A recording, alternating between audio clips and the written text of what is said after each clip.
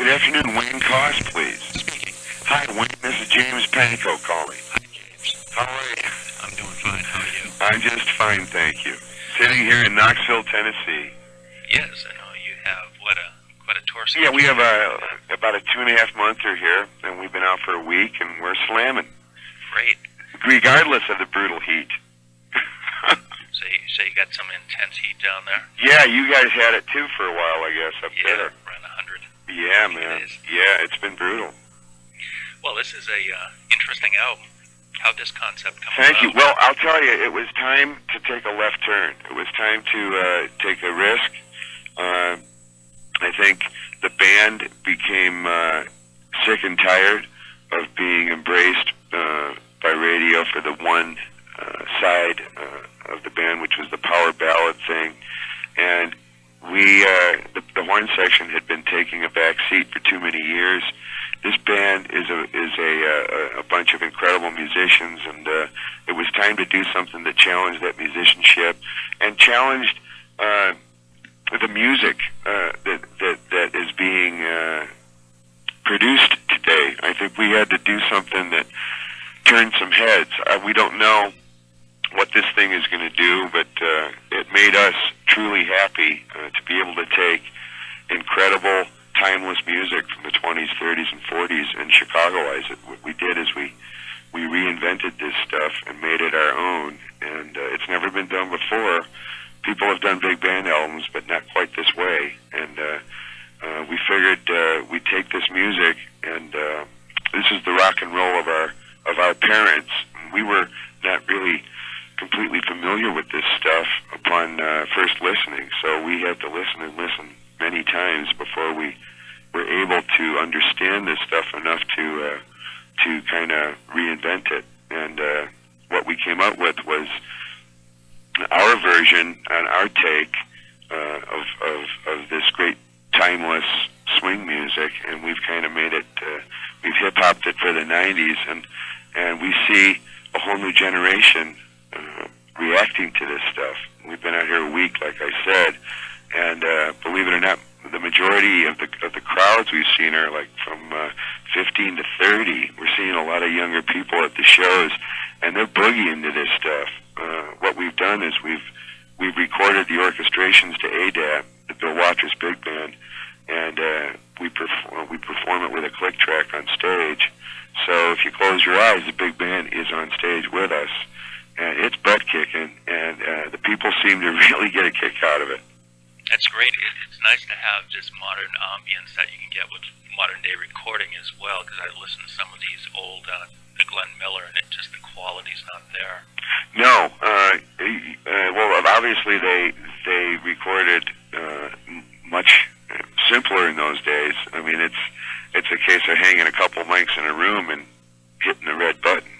And now with all the technology, we still recorded this album analog. I mean, we did this live in the studio and put the big band on in 2 sessions, and it's very live. Although, of course, with CD, you go digital, but the master recording is an analog, and it's the approach to this thing was as pure and electronic as we could do it, because we wanted to be spontaneous in the studio, and we wanted to get the same kind of an energy that they did when they did this stuff in the old days. So we tried to get the best of both worlds, and I guess the rest is up to the public. We did our job, and we're having a great time with this thing, and we have a great show on the road. What we've done is we've done kind of a tapestry of big band songs mixed in with Chicago classics, and we're doing over a 2-hour show of a combination of all of these things, and we've even inserted a little acoustic departure, kind of an unplugged version of some of the ballads that we've done over the years that features maybe 1 or 2 guys at a time and little soliloquies. So there's a little of everything in this show, and it's probably the best show we've had on the road in many years, and people are responding to it. That's great. Are you recording any video footage of this? Well, we do plan. Right now, the album is still new, and it's a difficult album in terms of marketing. And as we all know, the '90s is the day of image and marketing and all this jazz. We don't really see this thing as being a one particular sound. Each song on this record is so unique unto itself that we're seeing different songs getting reaction in different parts of the country from area to area.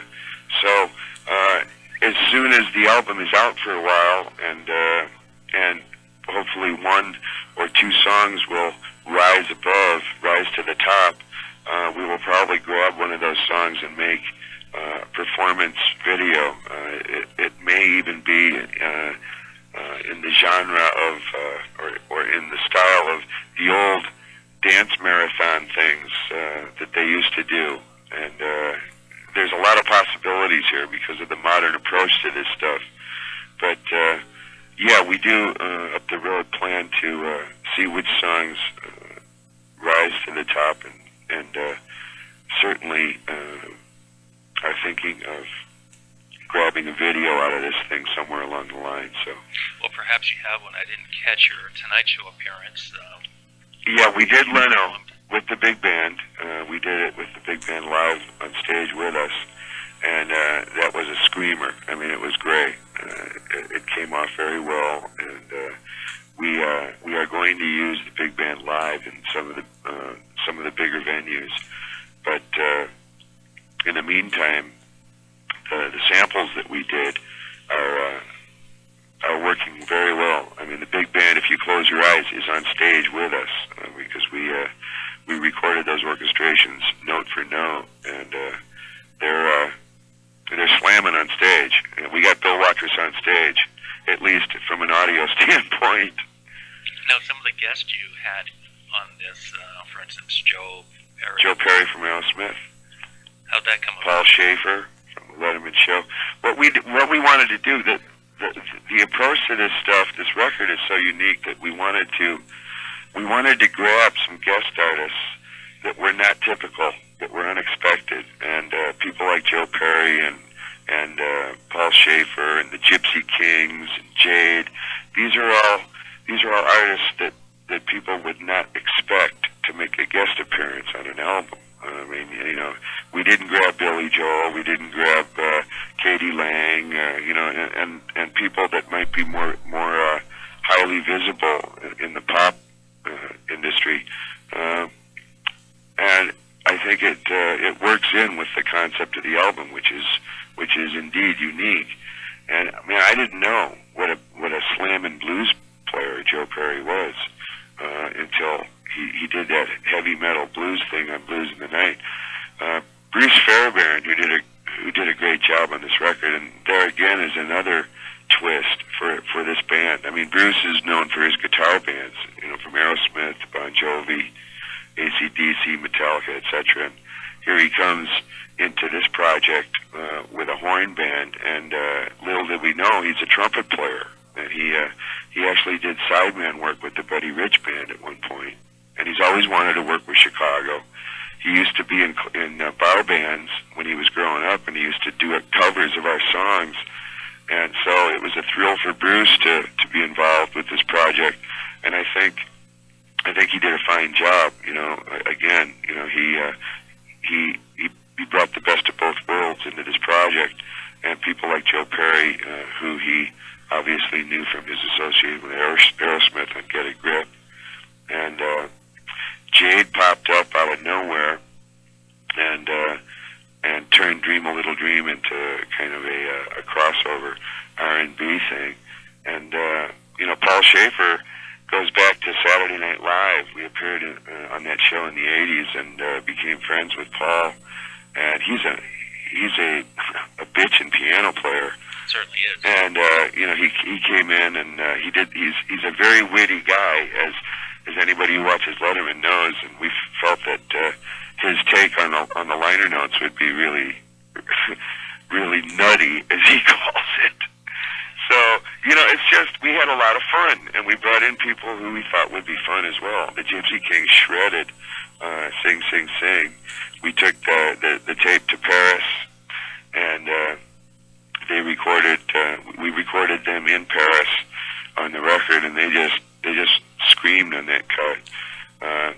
So we just had a lot of fun doing this, and we felt as long as we were taking such a left turn, we might as well go full circle and really make it as interesting as we could. Now, on In the Mood, I notice you have Peter Wolf on arrangements. Yes, actually. Another Boston. Well, no, not Peter Wolf. Oh, Jay Giles. No, this is Peter Wolf, the record producer of Wang Chung and Starship, etc., the Pointer Sisters. This is the Austrian producer, Peter Wolf. And actually, his involvement stems back to an album that we still have in the can that was going to be Chicago 22. It's called Stone of Sisyphus, and I think before this big band album was released, we made the decision to get back into being a band and bringing the horn section back into the fold and being musical and doing something that we believed in rather than the suits. And this album was very, very daring and very musical. But when we delivered it to Warner Brothers, they not only didn't get it, they hated it. Is that right? So they hated it. So we wound up parting company. They asked us to go back in the studio and do it again. We said absolutely not. I think we need to get a breath of fresh air. And they said, if you guys want to walk, you want to find another label, that's okay. We said fine, and we parted company amicably, and we found Giant Records, who released the big band album and who hopefully will release this studio album, that Peter Wolf produced, that is in the can. It was recorded in '93, and it will be released at a future date. And so the big band album is just an inkling of what this band is attempting to do, and let's break away from this ballad, stereotypical Chicago niche that radio has kind of deemed Chicago's sound. And there's a whole other side to this band that's been on the back burner for too many years. And so the big band album is kind of a slap across the face in terms of bringing the band back to where it should be. I mean, it's been too long. So has this concept been in your mind for years? Well, we've been, actually it goes back, I think the seed was planted in our minds subconsciously 20 years ago. We did a Duke Ellington special. We did a tribute to the great Duke Ellington in 1974. It was called We Love You Madly, and it was a tribute to Duke Ellington, and it featured all of the greatest jazz artists in the world.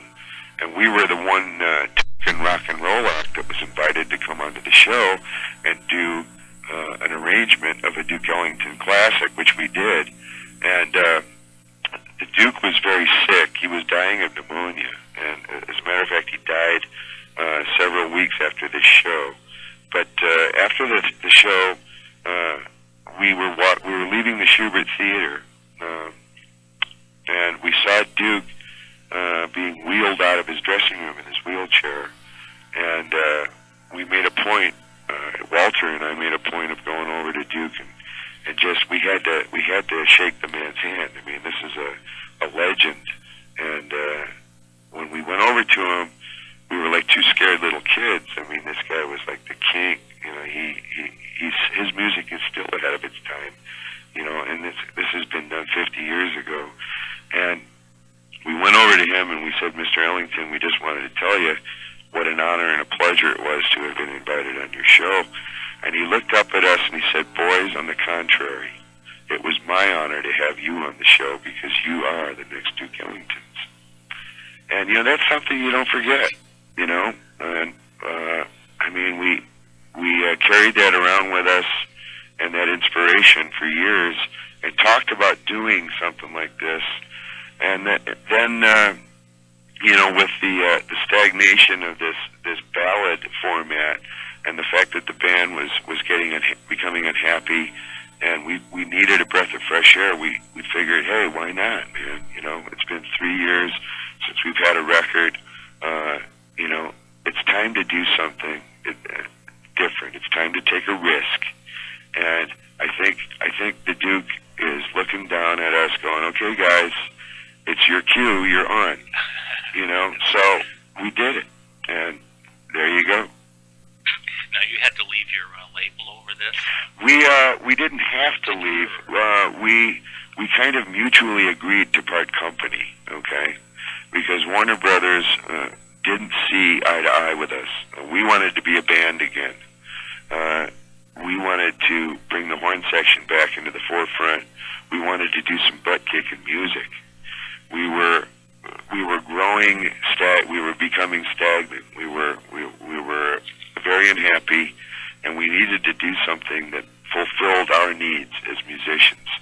And I think it's if you don't believe in yourself, man, nobody else is going to believe in you. And a lot of our old Chicago fans, gave up on us. They figured we sold out, man. We became victimized by this commercial success, and we were starting to, just put the real purpose for what we're all about, aside. And that's not the case. They can't believe the angst that the band felt over the last several years because of the of the pigeonhole that radio put us in. And finally, it just became a case of having to find another record company of people that were new and fresh and believed in what we wanted to do.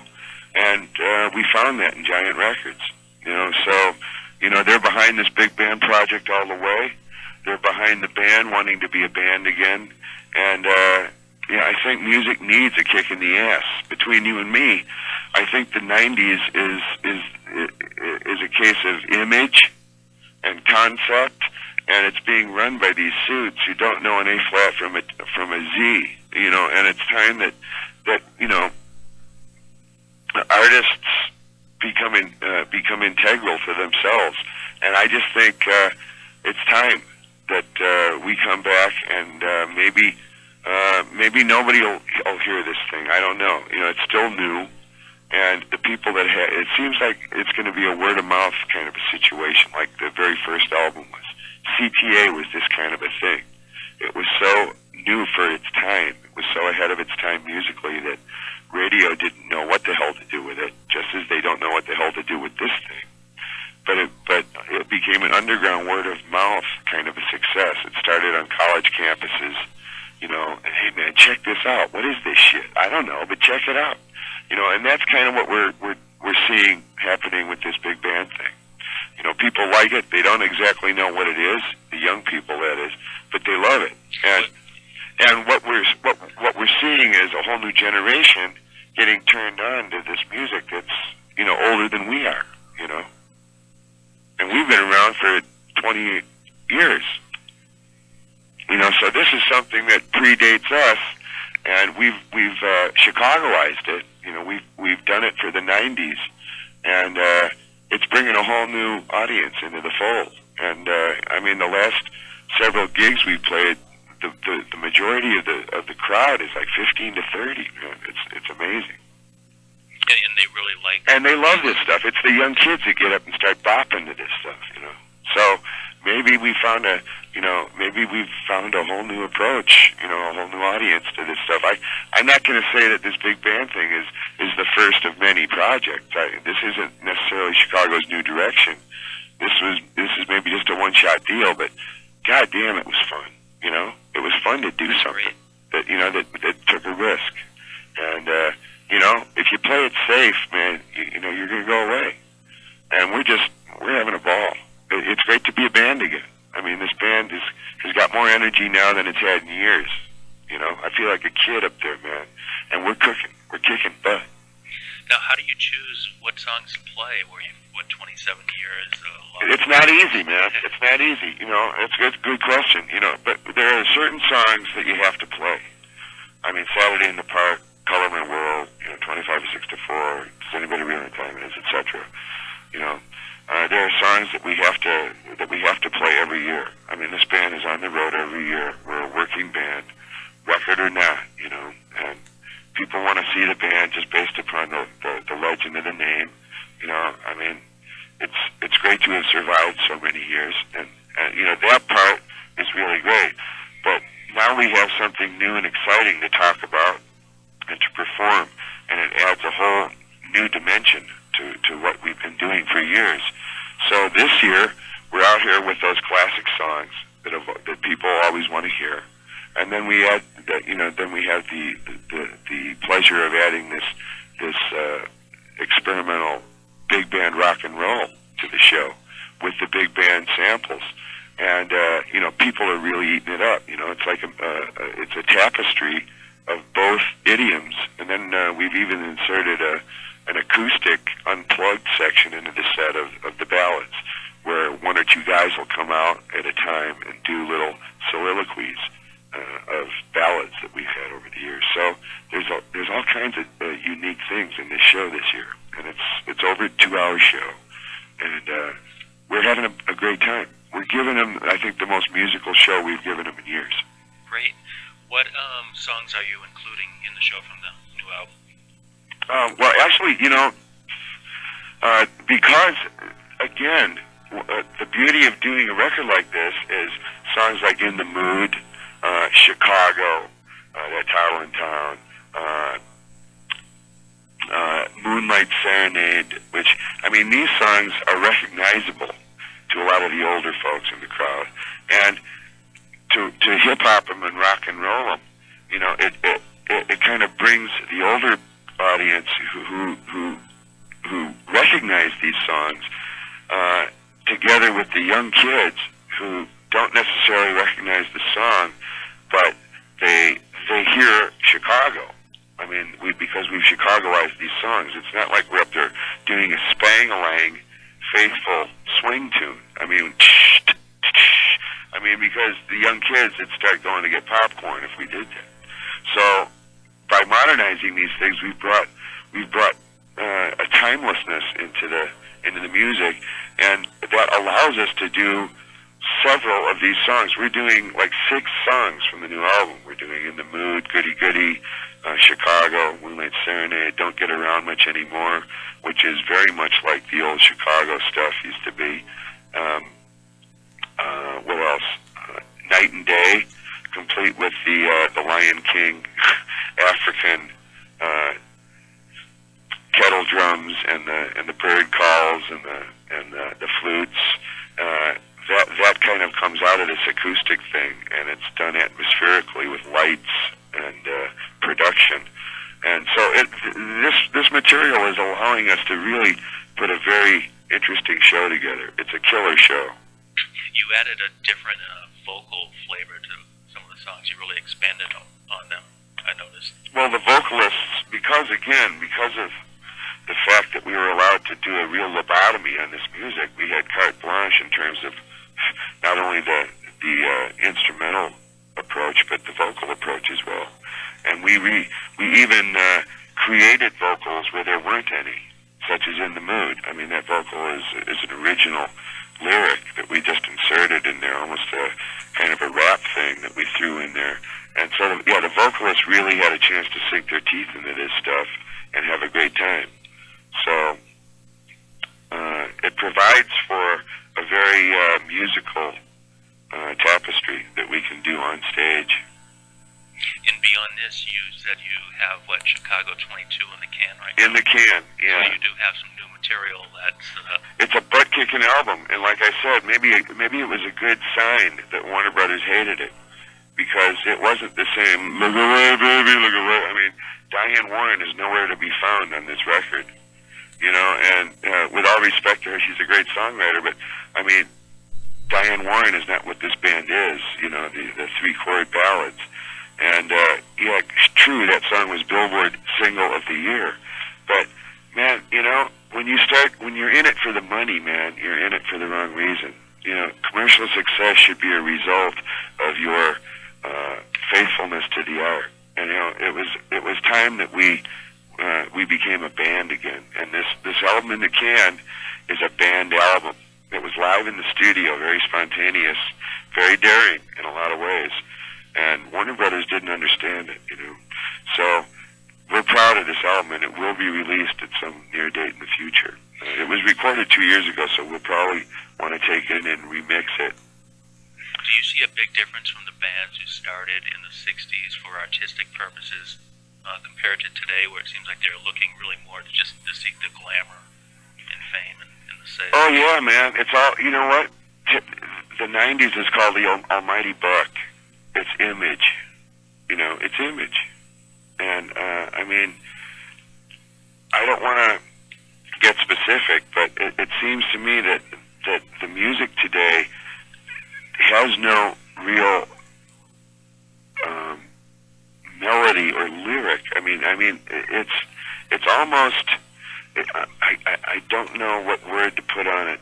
I mean, it's like a primal scream. I mean, people are desperate to find this new thing, but they're tripping on their own feet trying to find it. And these record companies are marketing this stuff in terms of image and concept rather than in terms of music.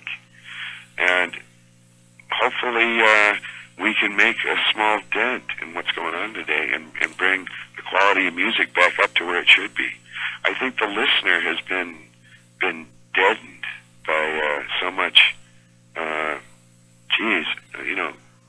noise. There are a lot of, don't get me wrong, there are artists emerging today that are quality people and quality musicians and have something to say, but they're becoming fewer and far between, as far as I'm concerned. Yeah, that's what I see. There are some exceptions, and some of the best material, best albums coming out are not on the radio. Thank you. Radio has become a political format. Barry Gordy just did a Playboy interview. I don't know if you read it, but that guy, I mean, is in terms of corruption. I mean, let's face it, payola has always been with us. You know, it's always been a factor in the music industry. And Barry Gordy's probably bought more hits than I have shoes and socks. But this guy was quoted as saying that the 90s is so corrupt, even his head is swimming. I mean, I think every song in the top 20 has been paid for, bought and paid for. It's apparently not an indication of what the public are really listening to and enjoying. It's an indication of how much money record companies and management companies are willing to pay to buy a hit, you know, and that sucks. Okay, now you're starting your own label. How can you... We did start our own label, Chicago Records, yes. And the reason we did that is because years ago, in fine print, our attorneys inserted a clause that would give ownership of the masters back to the artists after a certain time. And sure enough, our contract with CBS lapsed, and a few years ago, that date approached, and we became owners of our own masters of all of that incredible catalog at Columbia Records, which represented 10 albums.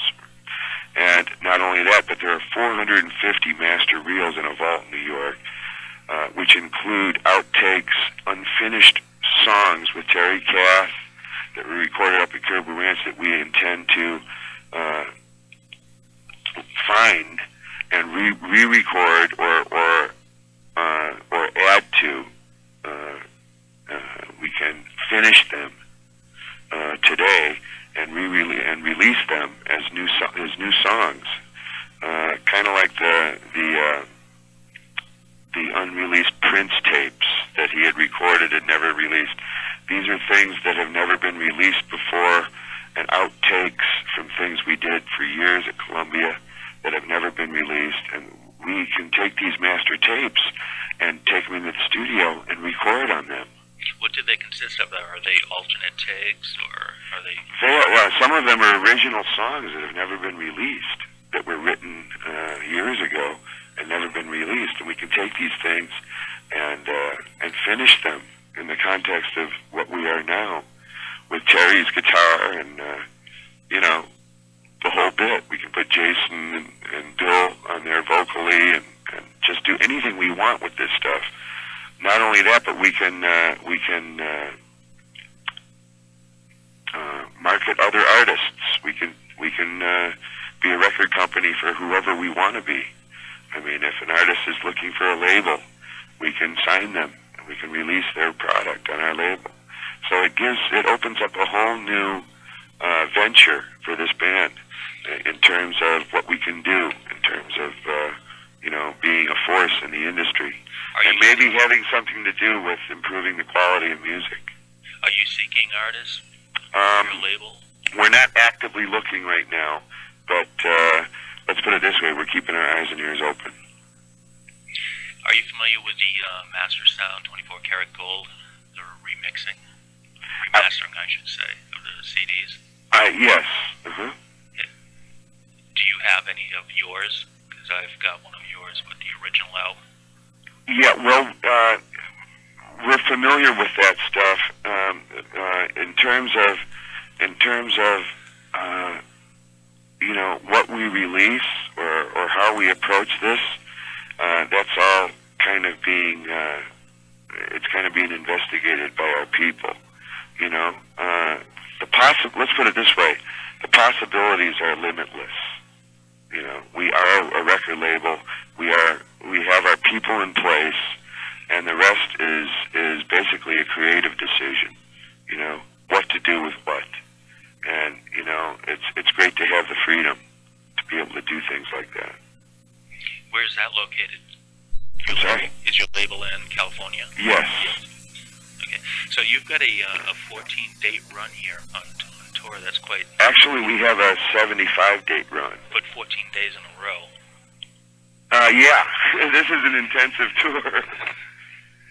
Call 911, man. So you're up for that? Absolutely, man. So you'll know where you stand with this album after this tour. But come September, we're done with this tour at the end of September, and I would like to think that when we finish this tour, we will see a definite increase in reaction to this record. We're certainly seeing a great reaction to this stuff on the road. So hopefully, by doing an intensive tour as we are doing, we'll serve to spread the word about the big band thing and about Chicago's. I mean, the show in general was a pretty big statement about Chicago's desire to be a band, and the energy and the music on stage this year, I think, surpasses anything we've done in years. Now, why is that? Just the renewed? The chance to break away from a record company that didn't believe in us anymore, the chance to do music that we believe in, the chance to be a band again and kick some butt. Thank you. That's what we're all about. Our hands are no longer tied. It's like Chicago is unchained, and we're having a great time doing our thing the way we want to do our thing. Now, when you lose members, which you've lost a few along the way, have you found it set the band back? On the contrary, the members that have left for good reason. Peter Cetera wanted to do his thing. He wasn't happy being a member of anything. He wanted to do a solo thing. He didn't want to go on the road anymore. Later for that shit. With people like that? Pardon me? Are you still friends with? Not really. No. We parted amicably, but this band is a team. There's no one star in this band. The band, we're a blue collar organization.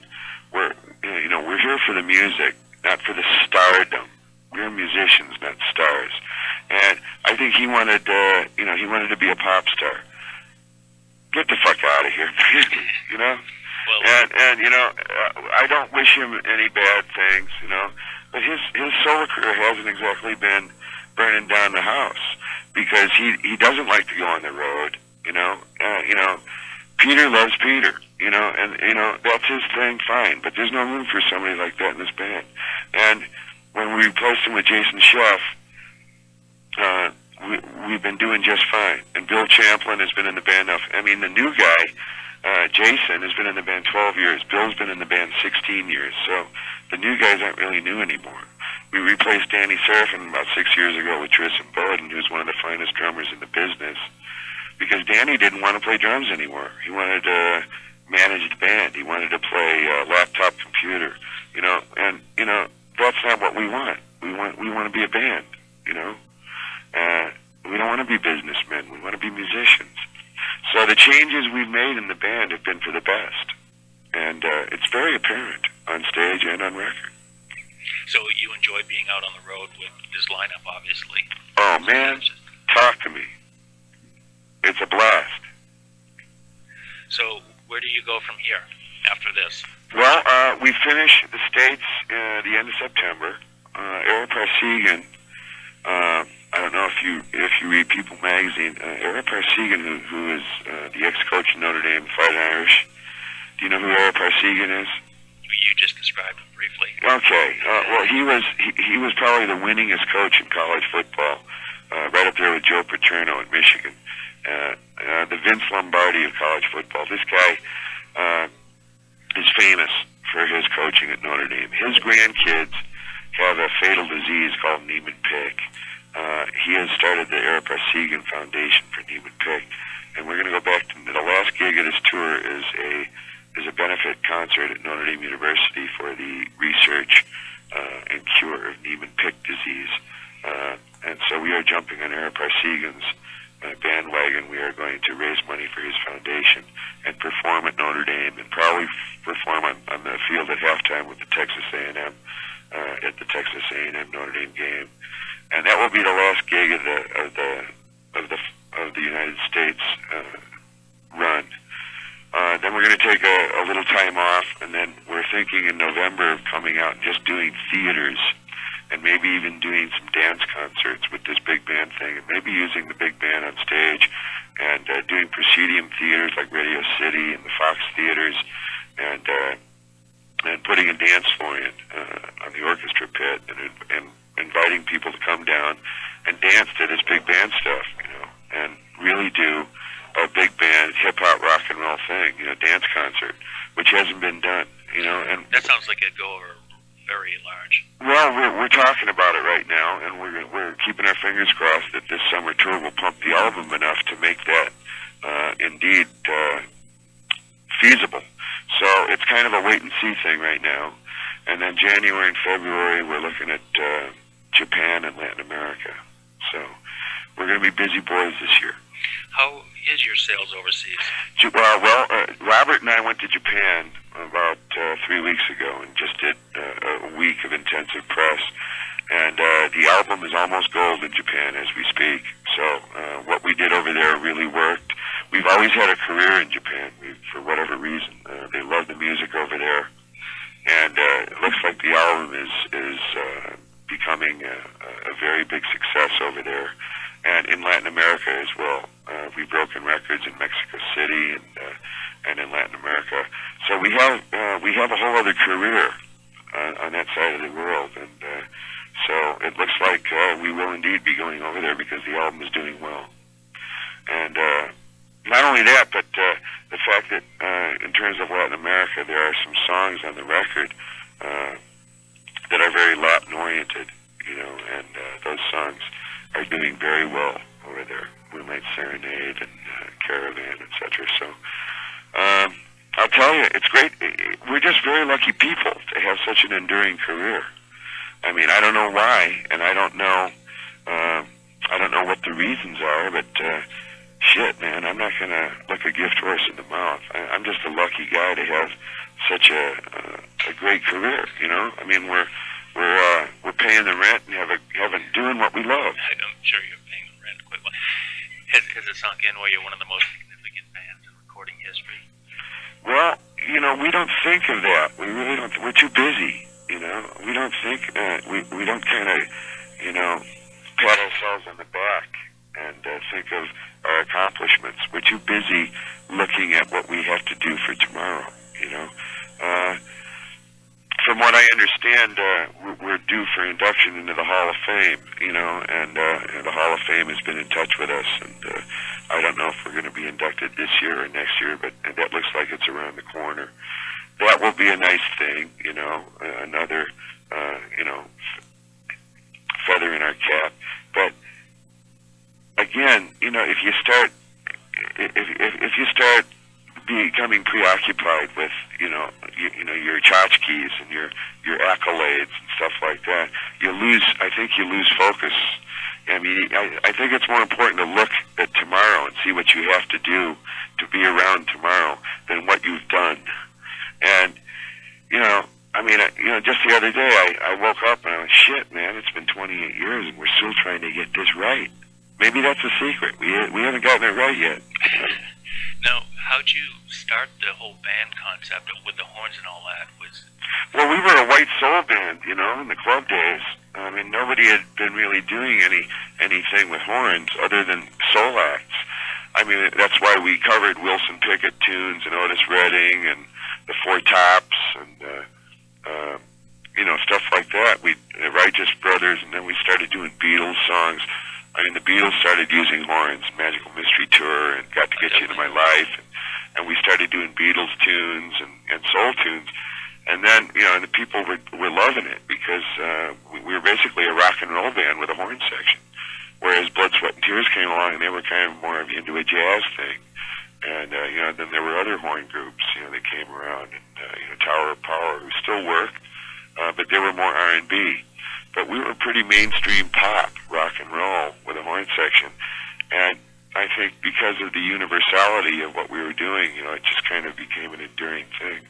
And we eventually drifted from covering soul bands to covering our own stuff. We kind of slowly introduced our own, you know, discovered that we had original music, you know, in this band. We had the capability of creating our own thing, and that slowly crept into this top 40 club shtick. And then we moved to California a couple years later and rehearsed what was to become Chicago Transit Authority, which we recorded in '69, and from then on, you know, obviously, the rest is history. Because you really, in '69, it didn't take long for you to be in the forefront of the music scene. I know you did, some major television appearances. Were you not on the Ed Sullivan Show? No, we never did Ed Sullivan. I recall seeing you on one of those variety shows. But we did, you know, we did a lot of Dick Clark stuff. We did our own Chicago specials, Dick Clark on ABC, Chicago and the Rockies, meanwhile back at the ranch, etc. We did New Year's Rockin' Eve. We did the Bill Cosby Show. We did Regis, what the hell? We did, what was his name? Merv Griffin. Oh, yeah. Yeah, we did the Merv Griffin Show. We did our Arsenio years later. But we did TV now and then. We did that Duke Ellington special. So yeah, we did television. And television is a powerful medium, as you know. But that's not really where this band is at. This band is a road band, and I think we really cut our teeth, and I think we made our bones on the road. Because we've been on the road every year for 28 years. We've never taken a year off. And I think that's where we really made our bones, just being out here and playing for a live audience. Because these are the people that made it possible for us to be around. And we owe them. We owe them. I mean, without them, we're shit. And unfortunately, a lot of artists today don't realize that. You know, they're full of themselves. And, man, without that guy that goes to work every day from 9 to 5, he's not worth a hill of beans. I mean, I don't give a shit how full of these people are. They wouldn't be anywhere if it weren't for the people that come to see them and that buy their stuff. And so that's why we go on the road every year, just to be here for them, because that's where it's at. Great. So you see Chicago going on? We're going to do this, man, until we get it right. I don't know when that's going to be. I mean, you know, when they wheel me out in an iron lung, maybe then it's over, you know. But I'm still running 20 miles a week, you know, and training 4 days a week, and I feel better now than I felt ever.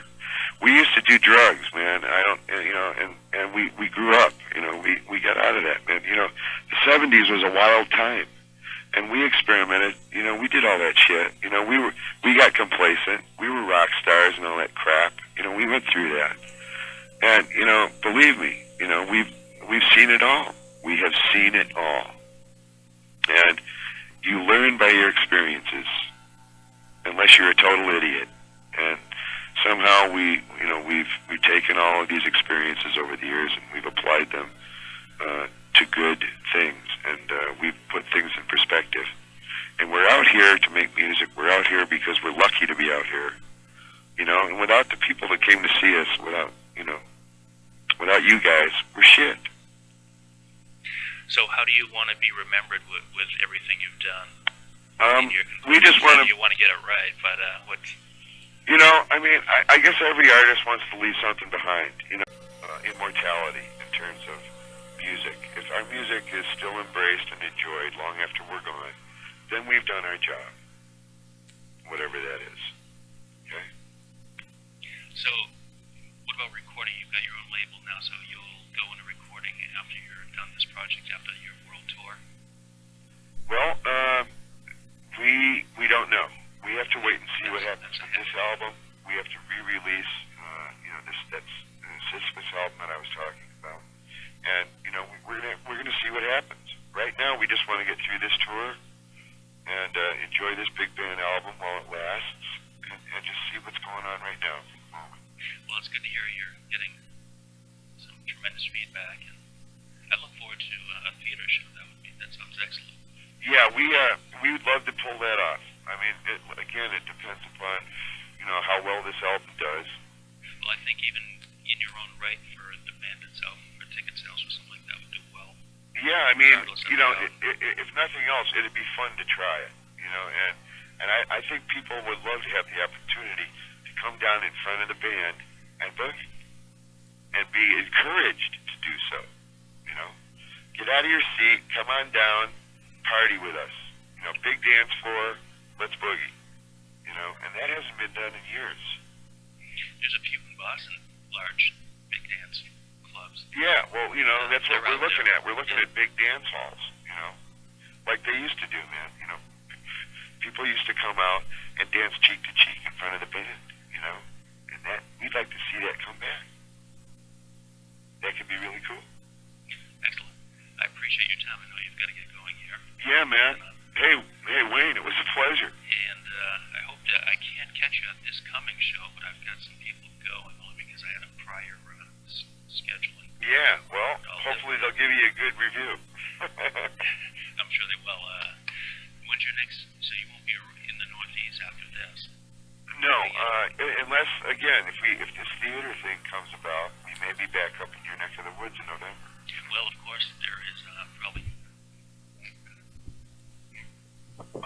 major theater venue. Oh, okay, sure. Which they used to run. Yeah. Big bands in there. Yeah, well, you never know. Just bring your main squeeze, and we'll see you on the dance floor. Yes. Well, I appreciate your time again. Significant album, and I'll make sure you get a copy. Do we send it to Pankow Records now? Well, no, just send it to HK. Okay. HK Management. See the people that contact you. Will do. Or MSO, Mitch Snyder Organization. Yes. Any of those people, and they'll get it to me. And it was a pleasure talking to you, man. Pleasure is, on the contrary, pleasure as well. Let me see here. I think I have one more question. I guess I'm all set. I just, primarily want to know, how you wanted to, be remembered as when it's all over. But you answered that. Yeah, just as a musician that had a great run. I mean, it was a great ride. And again, if people left the show or took off the headphones with a smile, I've done my job. Excellent. Thanks again, James. Thank you, Wayne. Take care. Later.